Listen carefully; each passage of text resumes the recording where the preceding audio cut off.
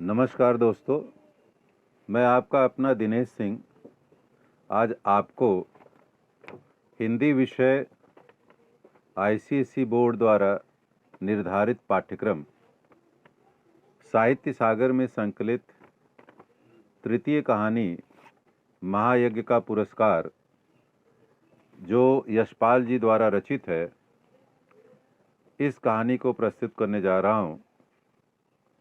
जैसा कि आप जानते हैं, यह कहानी त्याग भावना, प्राणी मात्र की सेवा की भावना को समझाने और उसके फल से परिचित कराने के लिए यशपाल जी ने लिखी है। यशपाल जी का मानना है कि धार्मिक कार्यों का सबसे बड़ा आधार है जीव सेवा। जीवित प्राणी की सेवा करते समय फल प्राप्ति का भाव त्याग दिया जाना चाहिए। संकट में पड़े असहाय पशु पक्षियों की प्राण रक्षा करना तथा उसके लिए अपना सब कुछ खो देना किसी महायज्ञ से कम नहीं होता। आज के युग में धर्म कर्म दिखावे की वस्तु बनता जा रहा है और लोग अपने धन के प्रदर्शन के लिए तरह तरह के आयोजन करते रहते हैं और ऐसे आयोजनों के माध्यम से वे अपने अहंकार को, अपने दंभ को, अपने स्वार्थ को पूरा करने का प्रयास करते हैं, जो वास्तव में यज्ञ और महायज्ञ नहीं है। प्राणी मात्र की निस्वार्थ भाव से सेवा करना ही महायज्ञ है और उस महायज्ञ का पुरस्कार आपको जीवन में मिलता अवश्य है जब आपको उसकी सबसे अधिक आवश्यकता होती है। दोस्तों, आइए आपके सामने महायज्ञ का पुरस्कार यशपाल जी द्वारा रचित मैं प्रस्तुत करने जा रहा हूं। एक धनी सेठ थे, अत्यंत विनम्र और उदार, धर्मपरायण इतने कि कोई साधु संत उनके द्वार से निराश न लौटता, भर पेट भोजन पाता। भंडार यानी स्टोर रूम या वह जगह जहां पर घर की आवश्यक चीजों को रखा जाता है। भंडार का द्वार सबके लिए खुला था। जो हाथ पसारे अर्थात मांगे वही पाए। सेठ ने बहुत से यज्ञ किए थे और दान में न जाने कितना धन दीन दुखियों यानी गरीब जरूरतमंदों में बांट दिया था। पर सब दिन होत न एक समान। याद रखिएगा, जीवन परिवर्तनशील है। सभी दिन एक जैसे नहीं होते हैं, सभी समय एक जैसा नहीं होता है। समय गतिमान है, हर दिन हर समय जीवन का एक जैसा नहीं होता है।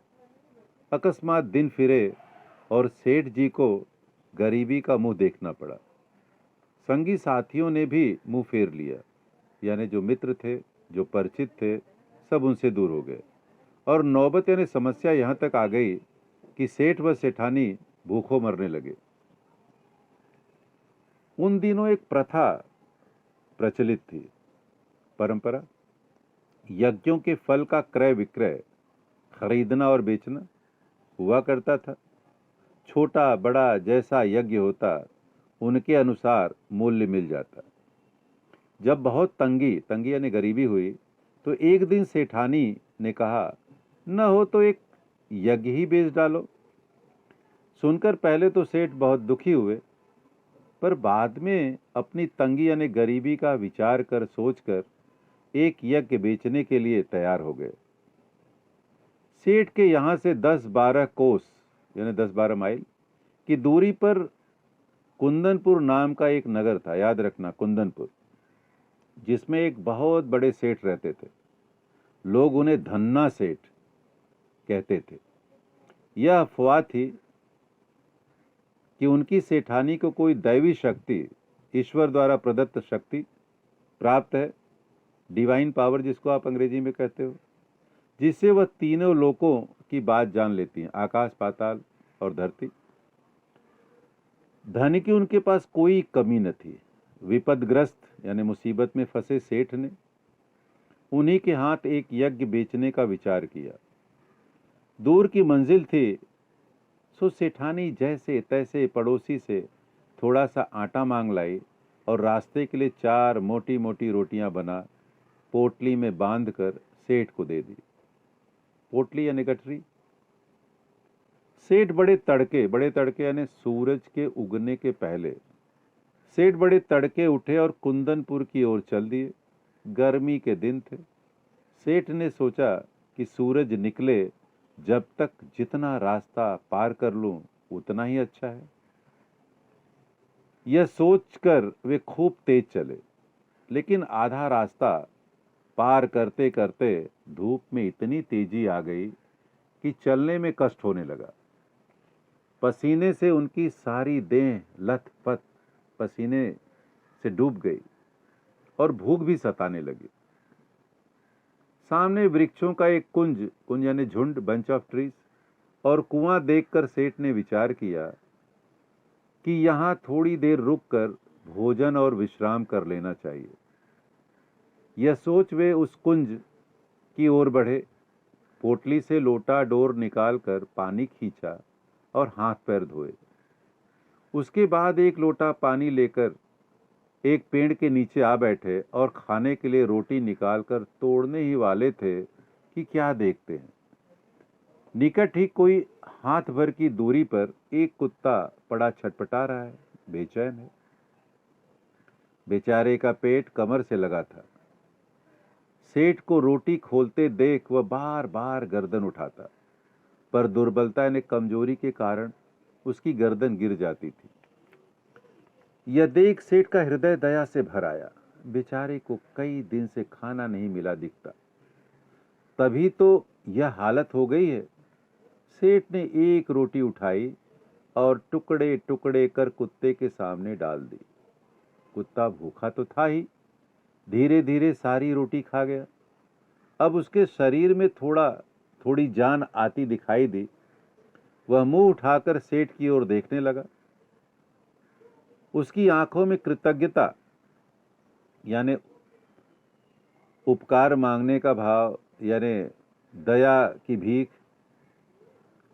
सेठ ने सोचा कि एक रोटी इसे और खिला दूं तो फिर चलने फिरने योग्य हो जाएगा, शरीर में थोड़ी जान आ जाएगी।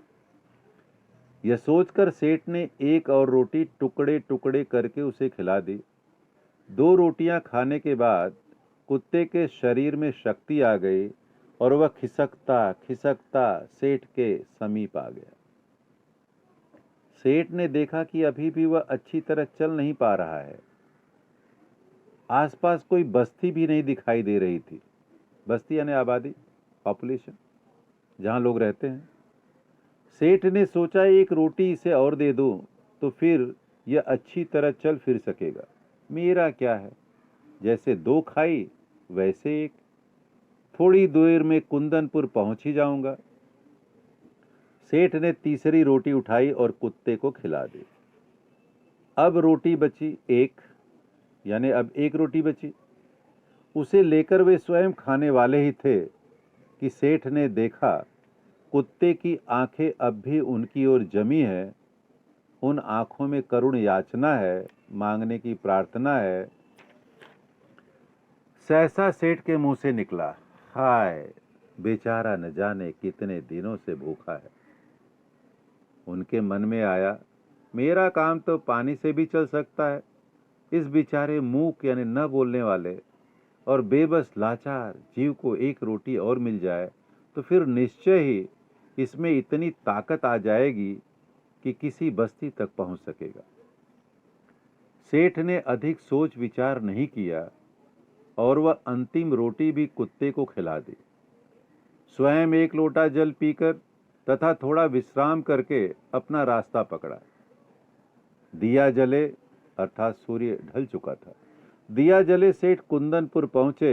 सेठ हवेली पर पहुंचे। हवेली यानी बड़ा घर, बड़ा मकान। तो धन्ना सेठ ने उठकर उनका स्वागत किया, सम्मान किया, वेलकम। पूछा, कहो सेठ कैसे आना हुआ? सेठ ने कहा, संकट में हूं और एक यज्ञ आपके हाथ बेचने आया हूं।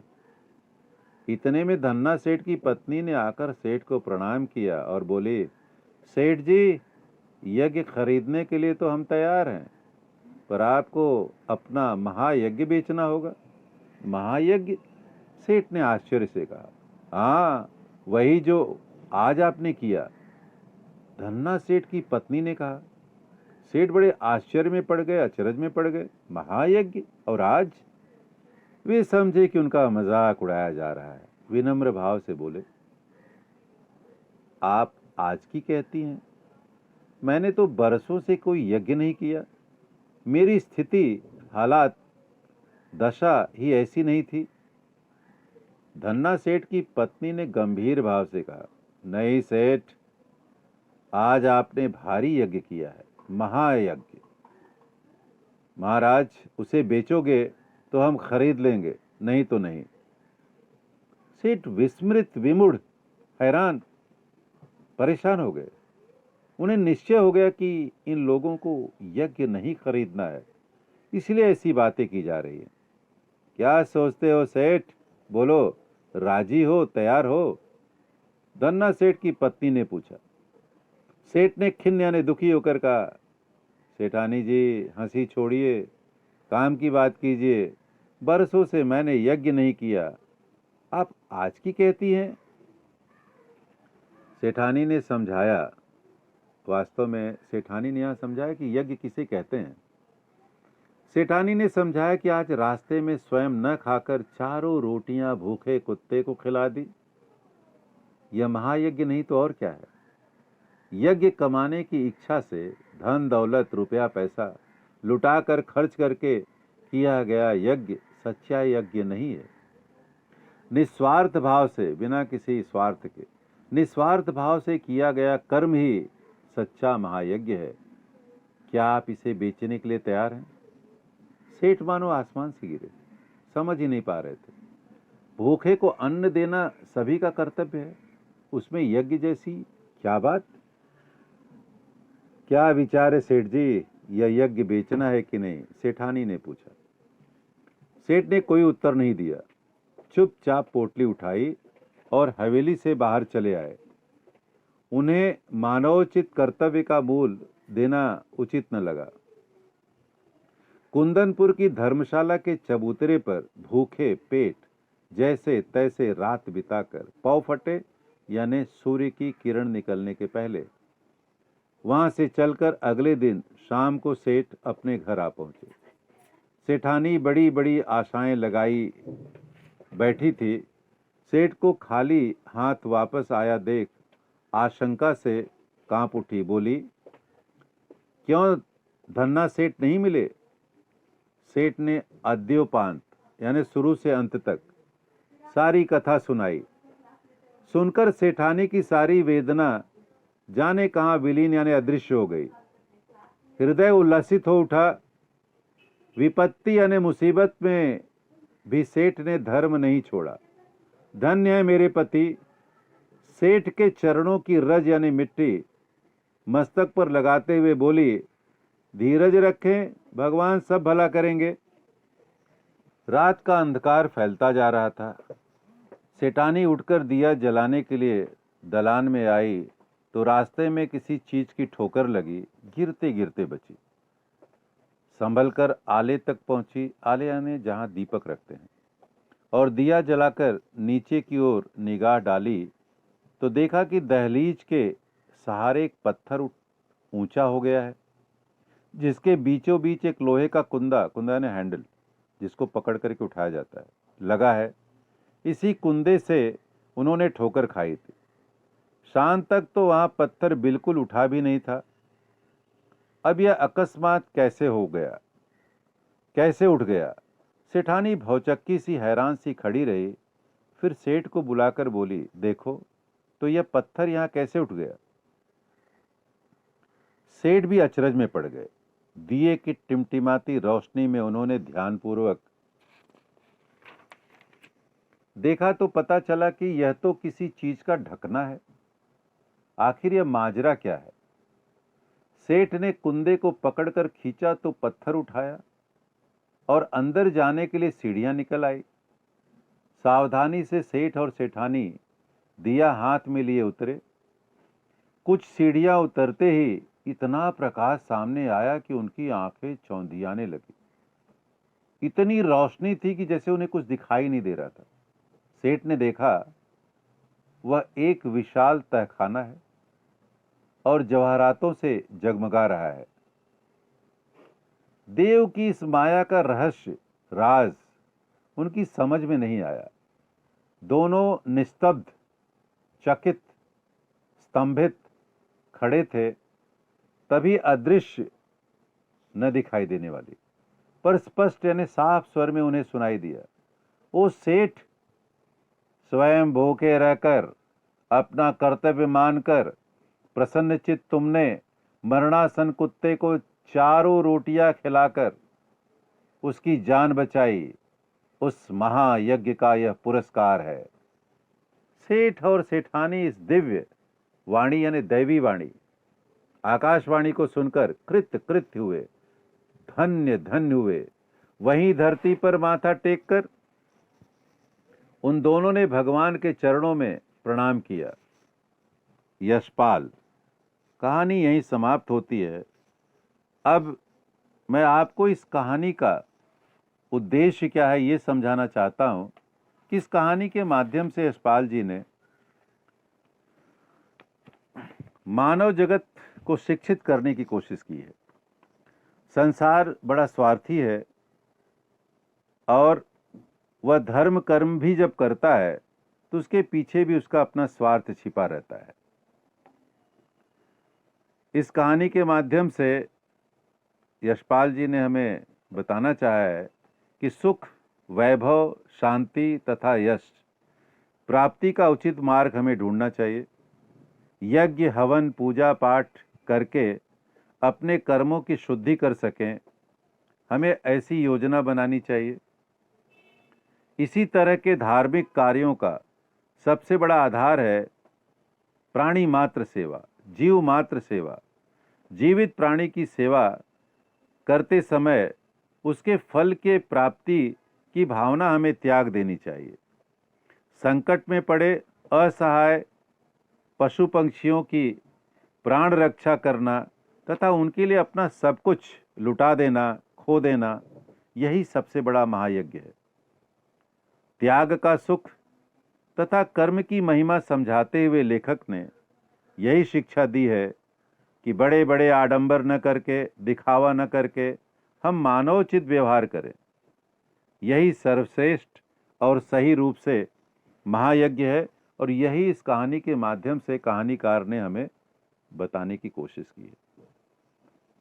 अब आपको पता है कि इस कहानी में मुख्य 3 चरित्र हैं और इन चरित्रों के माध्यम से लेखक ने अपनी कहानी को आगे बढ़ाया है। सबसे पहले सेठ यानी धनी सेठ। धनी सेठ एक गांव में रहते थे। उनका धन, अभिमान तथा स्वयं की आवश्यकताओं को पूरा करने के लिए नहीं था, बल्कि सेठ जी उस धन का उपयोग गरीबों की, जरूरतमंदों की, दीन दुखियों की सेवा में, उनकी ज़रूरतों को पूरा करने में तथा असहाय जीवों यानी पशु पंक्षियों की रक्षा सुरक्षा में लगाते थे। सेठ जी में धार्मिक भावना कूट कूट कर भरी हुई थी। वे समय समय पर यज्ञ करते, इस पृथ्वी के सभी प्राणी मात्र, जीव मात्र के सुख के लिए, विपत्तियों को दूर करने के लिए, सभी प्रकार की मुसीबतों, आपदाओं से बचाने के लिए देवी देवताओं को यज्ञ समर्पित करते थे। सेठ जी अपने कर्तव्य तथा धर्म की रक्षा करना भली भांति जानते थे। गरीबी की स्थिति में भी उन्होंने मानव धर्म, मानवोचित कर्तव्य को कभी नहीं बेचा। भूख से परेशान होने पर भी स्वयं भूखे रहकर कमजोर, निरीह प्राणी अर्थात कुत्ते को अपना पूरा भोजन दे दिया और स्वयं 1 लोटा जल पीकर संतुष्ट हो गए। दूसरी प्रमुख चरित्र जो इस कहानी में है वो सेठानी है, सेठ की पत्नी। बड़ी ही धर्मात्मा, परोपकारी, त्यागी, सहनशील स्त्री थी, पतिव्रता नारी थी। धार्मिक कार्यों में अपने पति का पूरा सहयोग देती थी। वह हालात परिस्थितियों से समझौता करने वाली नारी थी तथा हर परिस्थिति में धीरज रखती थी। पति के निर्णयों से संतुष्ट रहकर वह अमीरी गरीबी को समय का परिवर्तन मानते हुए कभी निराश, हताश तथा दुखी नहीं होती थी।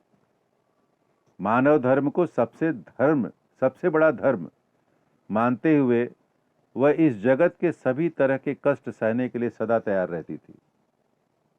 अतः सेठानी भारतीय नारी थी और अपने परिवार के साथ सुख दुख समान रूप से बांटते हुए जीव सेवा को अपना सबसे बड़ा धर्म तथा महायज्ञ मानती थी।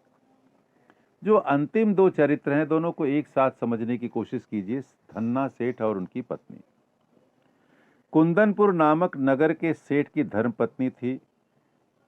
वह दिव्य दृष्टि यानी ईश्वर के समान नजर रखती थी, सही और गलत को समझती थी। वह धर्मपरायण स्त्री थी और जानती थी कि सबसे बड़ा धर्म और सबसे बड़ा महायज्ञ मानव मात्र की, जीव मात्र की सेवा है। वह ज्ञानी थी। वह जानती थी कि कमाए गए धन का उपयोग करते हुए यज्ञ करना बहुत आसान होता है, हर कोई कर सकता है। महायज्ञ वह है जब व्यक्ति स्वयं असहाय हो, स्वयं भूखा हो, स्वयं जरूरतमंद हो, उसे भोजन की अति आवश्यकता हो और वह व्यक्ति अपनी जरूरत को पूरा न कर अपना भोजन जरूरतमंद मूक जानवर, निरीह जानवर को दे दे और उससे जो उसको फल मिलता है, उससे बड़ा कोई फल, उससे बड़ा कोई यज्ञ, उससे बड़ा कोई महायज्ञ नहीं होता है। सेठानी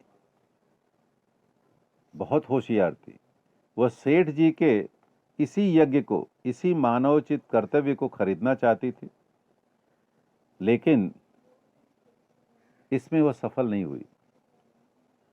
इसीलिए हमें ये मानना चाहिए कि हीरे का पारखी जौहरी होता है और उसी तरह से सेठानी ने यज्ञ और महायज्ञ, वास्तविक यज्ञ की परख जताई, बताई और उसमें सफलता पाई। धन्यवाद।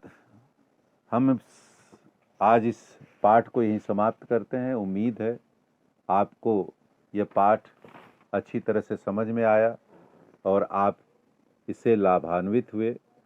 अब मिलेंगे अगले पाठ में। धन्यवाद।